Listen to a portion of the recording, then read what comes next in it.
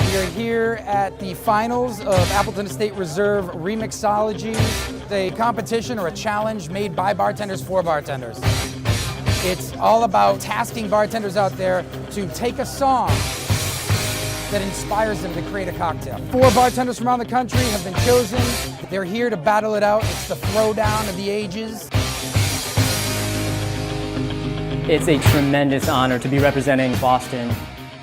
I got to show that we got some talent on the West Coast too. It's not just all East Coast. I feel honored to be representing New York. I love New York, born and raised. I was sent a text today that said, win or don't come back to Miami.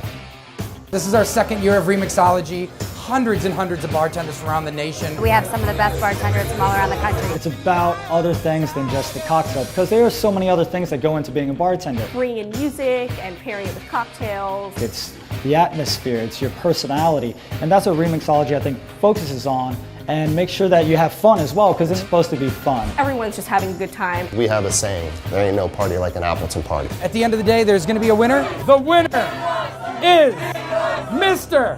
Natalie Jacobs!